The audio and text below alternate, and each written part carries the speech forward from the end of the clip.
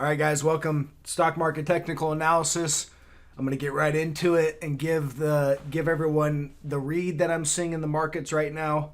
It's 9:24 in the morning, so lots can happen today, but I like to put these videos out. I mean, I prefer to put them out while the market's trading before the moves happen. If I put it out at the end of the day, maybe after a big move happens, it's kind of like, well, I told you so. Look at what you missed out on. I don't think that helps anyone. So I'd rather just put the video out and say, look, here's the options. Here's what I think is going to happen.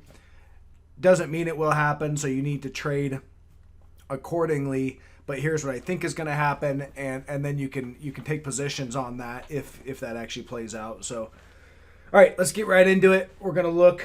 Obviously, I've been a bear, still a bear. I'm still seeing bearish things, so I'm going to continue with that thesis until for a little bit longer. And yes, the market's been going up for a while. I haven't been short this whole entire rally, though. In fact, I was actually long down here at the bottom. I caught this gap right here, this big gap up. I was long when we got this big gap up. And, you know, I didn't catch the full long move because I think we're in for a longer term bear market. So wasn't too interested in being long too much. But look, here's what I think. I think we got a bear market rally. That's what this looks like to me. Looks like a bear market rally. Looks like we're about to roll over. And I think we're almost done with the rally. Here's what I see. Look at the futures, Nasdaq futures. Nasdaq, I think, is the most important, one of the most important indices to really watch. And that's because this whole rally, the whole bull market has pretty much been led by big cap tech. So there's a lot of money that's been narrowed down into those 5 FANG stocks. And that's really what I'm looking for to give me that indication that that this market's rolling over. All right, so here's Nasdaq futures. Look at this. All right, here's the pop yesterday, and I thought this looked to me like a stop run, like it was a stop raid.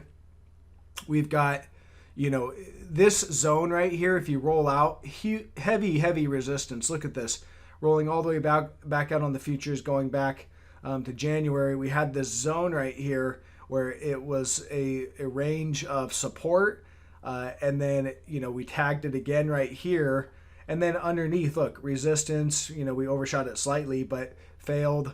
Resistance again, resistance again, resistance again, and then here we just popped it, and we're just we just popped right above it, and we're trading right above it. So I didn't think that we would just slice right through this without any kind of issues. And the price action that we saw, there wasn't a lot of volume yesterday either. So pretty low volume. And so to see a breakout, of a range on really low volume, it's just not believable. So moving on to the futures. Oh, and I guess just to wrap up these NASDAQ futures, you got this rising channel. Look for a breakdown. It's probably, I don't know, I think it's going to come on the Apple earnings. Apple is, at the heart of what Apple is they are a retailer. They're just a electronics retailer. Yeah, they have some services, Apple TV and Apple Plus and whatever they call that. But that's such a small amount of what their business really is about.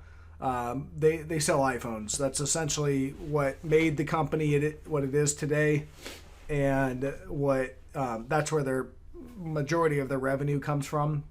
And that's why they quit reporting on iPhones as well, because they saw that line of business slowing, and they just wanted to kind of remove that negative stigma in their earnings reports so that they could try to trick the market into thinking that they could transition to like a services company and whatnot. Maybe they can, I don't know. But I don't think they're going to go without any kind of pain in the fact that their iPhone sales are probably going to be pulling back in the future. I think we might have hit peak iPhone sales.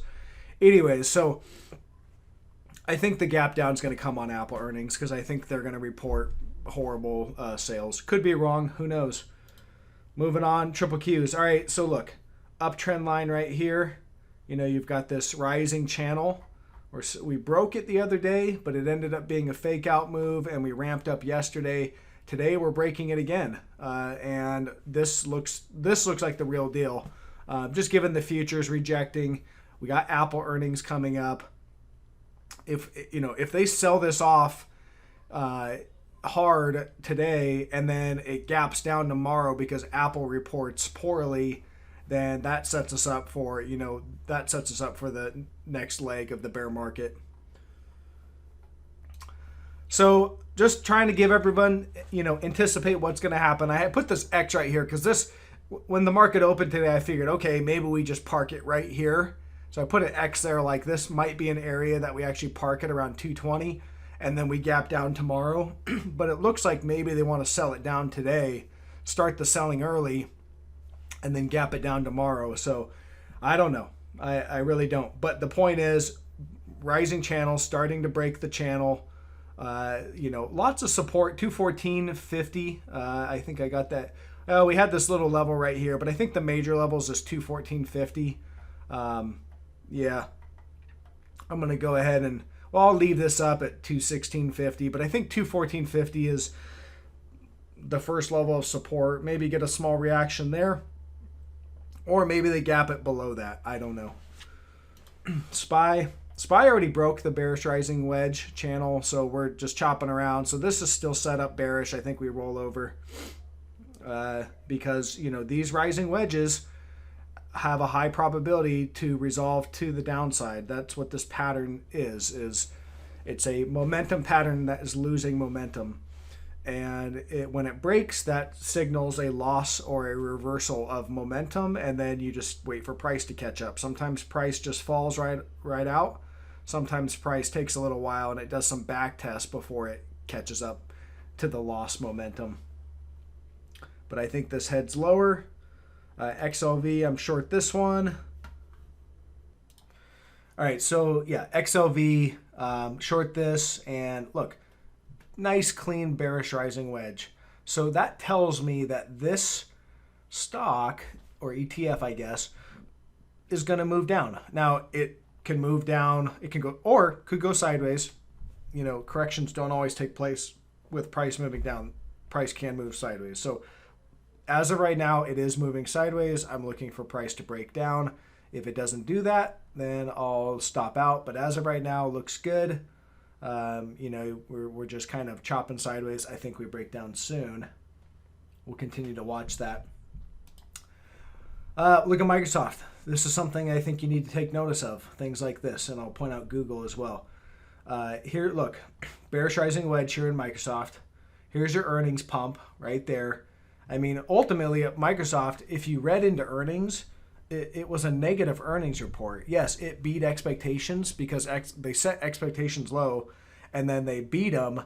And so Microsoft goes up, and that's fine. That, if you have Microsoft, if the stock's moving down or had moved down based on bad expectations, and then you beat those negative expectations, you can pop it. But this stock had been moving up, and then you get negative earnings report, and then they beat it and they pop the stock. Well, look what it's done so far. And so we have this flag. This is a bearish rising wedge right here, big old bearish rising wedge pattern. We broke down. We're flagging, kind of moving sideways, and we should break down now. And yesterday we popped above the flag and we failed that so far. Or I'm sorry, today actually. They popped it above the flag, impulsively breaking down, failing back within the flag. That keeps this flag pattern in play and this breakdown in play. That means that we broke down, we're chopping sideways, this is not bullish, all right? We could still break down, and I see this as bearish because we broke this bigger pattern right here, all right? So I see this thing going down and heading south. Let's look at Google. All right, look at Google. So just to point this out, and this doesn't mean a whole lot, but I just want to point it out. The 1 minute candle. All right, so here's earnings. All right, here's the day after earnings. Big old gap, 10% I think, gapped up. And what did it do? What were participants doing when earnings came out? They were selling basically. People were, this is distribution, all right, institutional distribution. Because what's happening is it gaps up and the stock can't move any higher. It's just stuck there, and that's because institutions are selling into that strength, taking their profit, and there's people, buying, but ultimately it's not everybody rushing to buy to bid the price up. It's balanced. It's, equal sell. I mean, stocks are always balanced, but ultimately you have a lot of sellers and they are selling, and you don't have a rush, an imbalance of buyers coming in where they have to balance out that imbalance with price increases. So in this situation, you had sellers selling and you had buyers buying, and there was no rush of an imbalance of buyers or sellers. And so far, we are lower. So the price as of right now is lower than when it gapped up on earnings. So just something to pay attention to. And then going to the hourly candle, look, all we're doing is moving up in the price channel. We're up near the top of the range. And so this is not bearish yet. It's, this is still bullish. You're still in an upward price channel. So that is that one. Apple earnings come out after the bell. This could go either way. As of right now, it's still bullish because we're in an upward price channel, but this is ultimately set up to gap up or down. So that's how they set it up. They like to have everyone, and I doubt they'll, this will do anything before the close, and then you'll find out what happened tomorrow. So, or after the bell. So they're going to set this thing up to either gap up or gap down. Tesla, short this one. And look, everybody, you see the after hours and it's up 10%. People are, raw and cheering on and thinking they're doing so great. And look what happened as soon as the market came open. Sold down, basically just selling all day today. So I actually added to my position, my short position on the open. This has come down. I'll probably close that position here, or half of that position, and keep the original position. Looking for this thing to get down to 650. So yeah, ultimately there's no good news left. There's only negative news. So they pop it on earnings. And what did they pop Tesla on? The fact that it made $16 million this quarter. $16 million for a valuation that this company has. It's $1 billion company valuation, and they make $16 million. That's probably a week's worth of overhead. I don't know, maybe not even that. I mean, that's nothing. And so this stock is trading on the fact that it didn't lose a bunch of money. Well, that's fine, but we're now facing, massive layoffs, GDP, all the stuff where the losses will come now. So, or the losses will resume. Believe me, people are not going to be buying Tesla electric cars when 30 million people are out of a job. Even if you're not out of a job, people are not going out and rushing to buy cars because there's hesitation on whether someone who has a job might lose their job. So what are they doing? They're saving. All right, that's what people are doing. It doesn't take, it's not rocket scientists to know this. So this should move down. Fundamentally, this should move down, and technically we failed right here at this 860 resistance, rolling over. They'll probably park it right here somewhere today, chop it sideways, then move down. I don't know. And that's really all I got for this video. Walmart. Let's talk about Walmart. Look at this. This is an economic play, essentially. But look, you've got the run up higher, chopping around up here. I made the pattern. I showed it. I told everyone I got short, gap down, and we're just rolling over pretty hard. So we've recovered the bearish rising wedge. We had a false breakout right up here. That's a false breakout. We're selling off, and this is a big bearish rising wedge pattern, which is a bearish pattern. So we broke to the upside. We failed. False breakout. All right, where's this thing heading? Well, it's at least heading probably down to the bottom of the wedge, and we're probably going to break that wedge and head lower over time. Now, this is a swing or trend trade that can take quite a bit of time, so that's something to keep in mind. What I like to do is, I got short right up here, took a sizable position. We've gapped down, we're moving down. What I like to do is I'll probably cover half my position right here at the next support line, which I see at 118. I'll probably cover half my position, and then I'll let the other half trend, and ride the big trend. So that makes it really hard for me to lose on this trade. Even if it goes against me, starts to move against me, because I've, took half my position off with a nice profit, if anything, it makes it, a break-even trade. And I like that. I'll take a break-even if I lose and make a bunch of money if I win trade all day long. So yeah, I mean, I point these trades out in advance. That's the point. This one I told you guys about, this Walmart trade a couple days ago. And so if you had this on your radar, maybe you were able to take advantage of it. I can't point out all the trades as they happen, but I try to find the ones that I'm interested in, the ones that I'm taking, and try to point out the levels. And then really, risk management, I think, is up to every individual person. I'm not going to tell you where to potentially stop out all the time. I'm not going to tell you where to take profit. I'll point out the levels and say, look, these are the levels where reactions are likely, and then just watch the price action. If we get a reaction around there, or if it bounces or holds, then make a decision. But that's kind of how I prefer to put out these videos.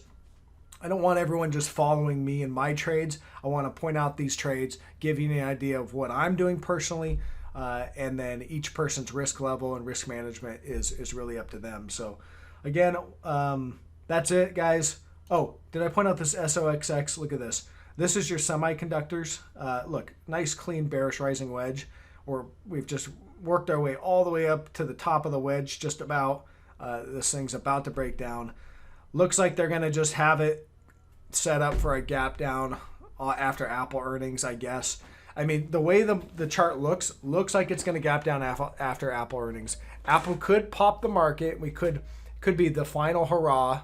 We could gap up above here and then roll over. But this, to me, looks like it's going to gap down after Apple earnings. So that's it, guys. Hope you're finding some value. Leave me a thumbs up. Let me know if you got any trade ideas or anything interesting you're saying. If you're bullish, what's your bullish case? Technically, do you have a bullish case? What do you see in the charts technically? Because I use my bearish case for the most part is a technical case. But if you have a bullish case, what do you see technically that you like? Is this a V bottom, or is this a bear market rally? That's really the ultimate major decision that the market has to show us what it is. And so if it's a V bottom and you're bullish, then and it is a V bottom and keeps going up, then congratulations. And if it's a bear market rally, then hang on, because there's a lot of downside left to come. So thanks, guys. Catch you on the next one.